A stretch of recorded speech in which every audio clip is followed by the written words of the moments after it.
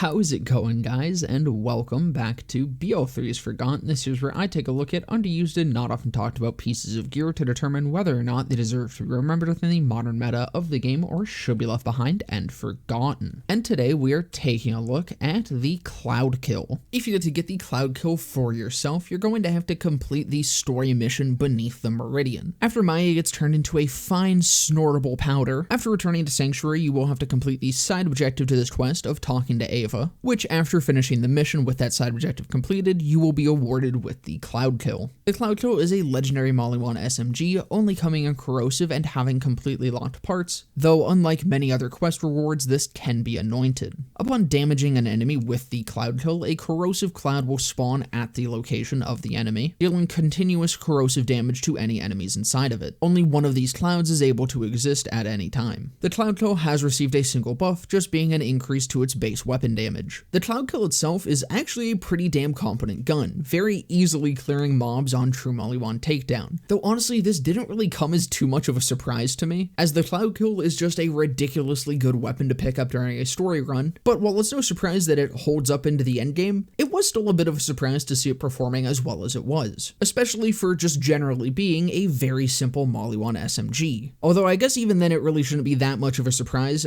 considering it is Maliwan, and Maliwan seems to just be the golden child of BL3, because good god do they have a lot of incredibly good guns. The problems here really start to show themselves when you actually pay attention to the cloud itself, and yeah, this is about as effective as crop dusting a crying child at the supermarket. It's pretty funny, but it's not really gonna do a whole lot. I mean, this damage is just completely fucking pitiful, and there's really not even that many ways of boosting it, as it's almost entirely just raw elemental damage. On top of that, the entire gun is corrosive locked, with corrosive definitely probably being the single worst element in BL3. Not that there's anything really wrong with it, it's kind of just that cryo damage is significantly better as it's also crowd control, while still being pretty effective against armor health bars, and just armor health bars in general not really being that prevalent in the endgame of BL3, leaving corrosive to just kind of not be super necessary. And again, while despite that, the gun itself is incredibly good, the cloud just ain't it, man.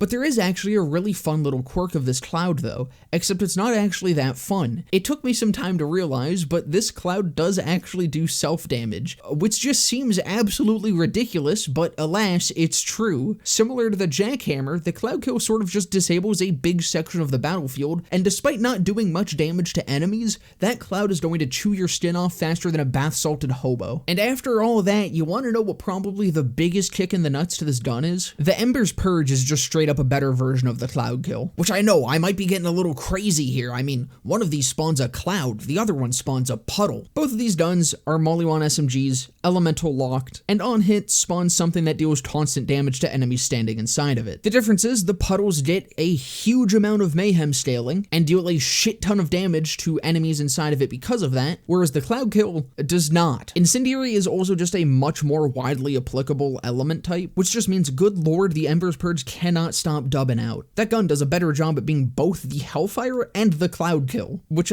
side note with that, I've been going back and forth on if I need to do a video on the Ember's Purge for literally years, so I don't know, show of hands in the comments of who's just now hearing for the first time that the Ember's Purge is actually a killer gun. Overall though, the Cloud Kill is a pretty decent gun on its own, just having a special effect that really doesn't do all that much at the endgame. You can absolutely use the Cloud Kill and probably run it through whatever endgame content you feel like, but it's hard to find a reason to actually want to use it, you know, outside the absolute fucking drip that its weapon skin has. That's gonna about do it for this one though. I hope you guys enjoyed. If you did, definitely consider leaving a like, comment, subscribe, all that. Down in the description will be a link to my Twitch channel where you can follow me notified of when I go live, and just under that is a link to my Discord server where you can come and join and hang out. But with that all being said, I hope to see you guys in the next one.